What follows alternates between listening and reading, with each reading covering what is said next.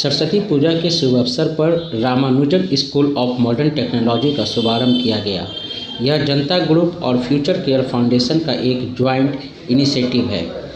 इस स्कूल में कक्षा 5 से लेकर ग्रेजुएशन तक के बच्चों को आधुनिक शिक्षा प्रदान किया जाएगा, जिसमें बच्चे robotics, drone technology, artificial intelligence, internet of things, 3D printing, mobile app और वेब पेज डेवलपमेंट जैसे सभी आधुनिक शिक्षा को ग्रहण कर अपना करियर बना सकेंगे। यह बिहार का पहला आधुनिक शिक्षा के लिए डेडिकेटेड इंस्टीट्यूट होगा। इस स्कूल में अभी फ्री रजिस्ट्रेशन की सुविधा प्रदान की गई है एवं केवल छात्राओं के लिए नामांकन शुल्क में भी 50% की छूट दी गई है।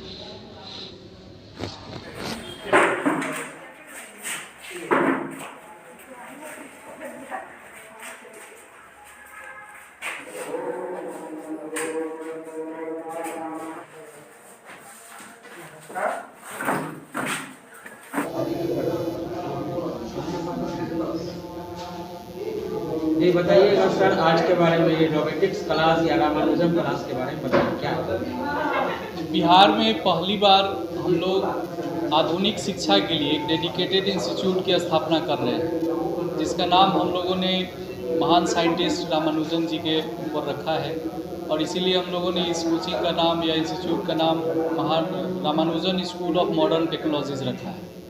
ये फ्यूचर केयर फाउंडेशन और जनता ग्रुप का ज्वाइंट इनिशिएटिव है, जिसमें क्लास 5 से लेकर ग्रेजुएशन तक के बच्चों को हम लोग जो मॉडर्न टेक्नोलॉजी है, जिसमें रोबोटिक्स है, ड्रोन टेक्नोलॉजी है, आर्टिफिशियल इंटेलिजेंस है, 3D प्रिंटिंग है, इन सभी तरह की जितनी भी टेक्नोलॉजी जो आने वाले समय में उनके लिए ज़रूरत है या हमारे देश के लिए भी ज़रूरी है, उन सभी शिक्षाओं को हम लोग इसमें डेडिकेटली देंगे उनको। और इसमें कैसे कैरियर बनाना है, जॉब अपॉर्चुनिटीज़ कहाँ से मिलेंगी देश में विदेश में, वो सारे हम लोग उसको प्लेटफॉर्म के जरिए उपलब्ध कराएंगे।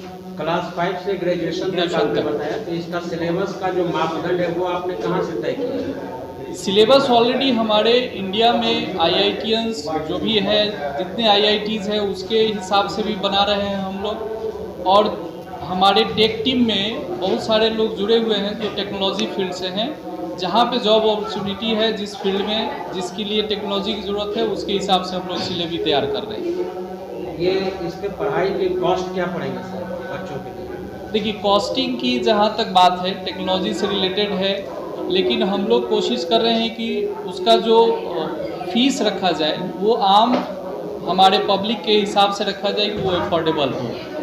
तो अभी उस पर हम लोग काम कर रहे हैं और उसकी जानकारी हम लोग और माध्यम से देंगे। बिहार शिक्षा के स्तर में सबसे नीचे पायदान पे आता है, वैसे में क्या ये रोबोटिक्स आपको लगता है कि ये कारगर हो पाएगा यहाँ? इसीलिए तो हम जैसे लोग प्रयासरत हैं कि शिक्षा को किसी तरह से उठाया जाए और एक स्तर दिया जाए जो देश व्यापी हो। और बिहार हमारी भूमि रही है, बहुत गौरवशाली इतिहास रहा है। शिक्षा के लिए न जाने कितने लोग हिमालय को लांघ के आते थे। नालंदा विश्वविद्यालय हो, विक्रमशिला विश्वविद्यालय था, तो हमारा इतिहास गौरवमयी रहा है। लेकिन किसी कारण से अभी हम पिछड़े हैं, लेकिन प्रयास हमेशा जारी रखना चाहिए या होनी चाहिए कि हम अच्छा कर सकें। तो एक प्रयास हम लोग करेंगे। किसी भी चीज़ की नई शुरुआत पे जब नाम रखा जाता है सब तो सोच के, तो बिहार के तो आर्यभट्ट भी थे, आपने रामानुजम दक्षिण भारत से क्यों उठाया? देखिए, ये कंट्रोवर्शियल का विषय नहीं होना चाहिए। या आपका क्वेश्चन मुझे नहीं लगता है कि तार्किक है मेरे हिसाब से, क्योंकि पूरा देश हमारा है।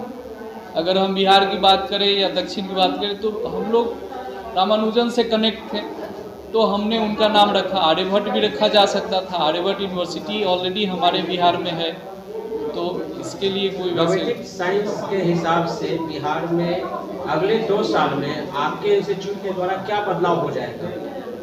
देखिए, एक तो अवेयरनेस की ज़रूरत है। जैसे शिक्षा अभी आप भी समझ रहे होंगे कि जो इंटरनेशनल लेवल का जो शिक्षा है, एजुकेशन है, उससे बिहार और इंडिया का सिलेबस जो है काफ़ी पीछे चल रहा है।